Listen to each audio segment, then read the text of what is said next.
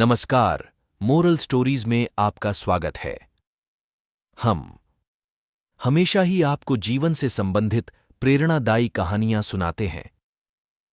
हमारी आज की कहानी भी जीवन के लिए प्रेरणादायी होने वाली है, जो कुछ हद तक आपके विचारों को बदल सकती है। हम सभी जानते हैं कि व्यक्ति का मन बहुत चंचल होता है। यही कारण है कि मन अशांत रहता है और कई तरह के सवालों का जन्म भी अशांत मन के कारण ही होता है। यदि आप जीवन में शांति चाहते हैं तो इसके लिए जरूरी है मन को शांत करना।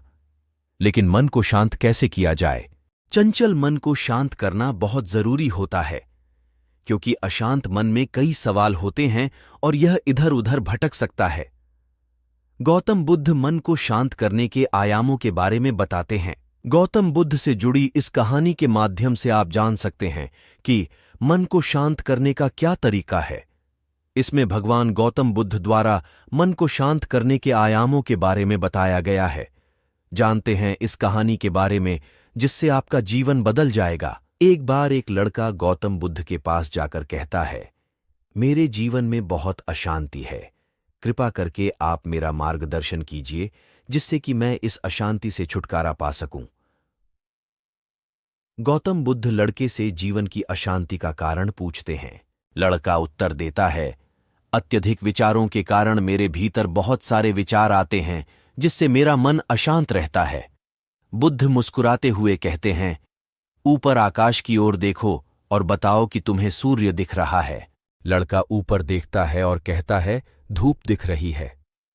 बुद्ध उससे पूछते हैं कि अगर तुम लगातार धूप में खड़े रहोगे तब क्या होगा?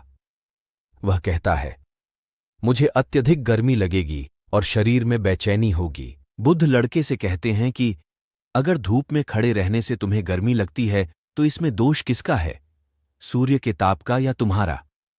लड़का कुछ सोचने के बाद कहता है, इसका जवाब आप ही बताइए। बुद्ध कहते हैं, सूर्य का काम है ताप देना और ताप का काम है गर्मी लगना।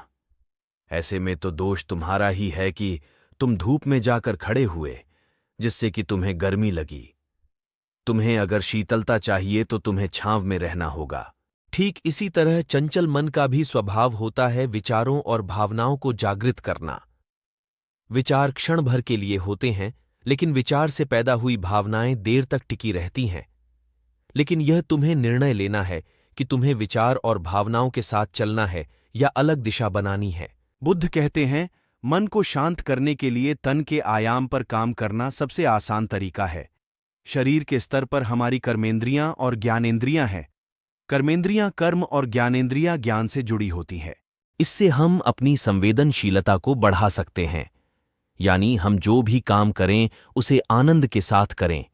मन के आयाम से हटकर तन के आयाम पर जाने से ही तुम्हारा चित्त शांत होगा। ऐसा करने से तुम मन के आयाम से हटकर शरीर के आयाम पर आ जाओगे, ठीक उसी तरह जैसे तुम धूप से हटकर छांव में आ सकते थे। मन के आयाम से हटने पर तुम्हारी जागरूकता तन पर आ जाएगी। जब तुम तन के आयाम पर काम करोगे तब तुम्हारा चित्त शांत होगा।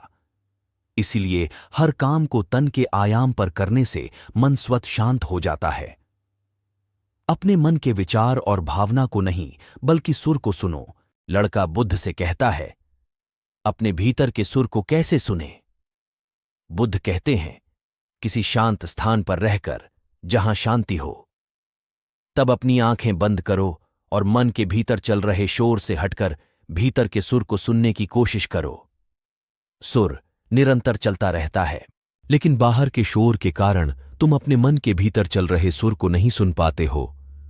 जब तुम अपने दोनों कानों को अपने हाथों से बंद कर दोगे, तभी मन के सुर को सुन पाओगे।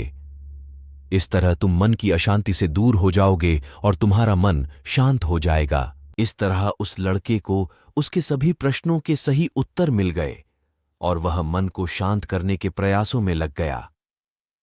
हमें भी अगर अपने जीवन में खुशहाली चाहिए तो हमें भी इन बातों को अपने जीवन में अपनाना होगा। हमारे चैनल मोरल स्टोरीज को लाइक और सब्सक्राइब जरूर करें। धन्यवाद।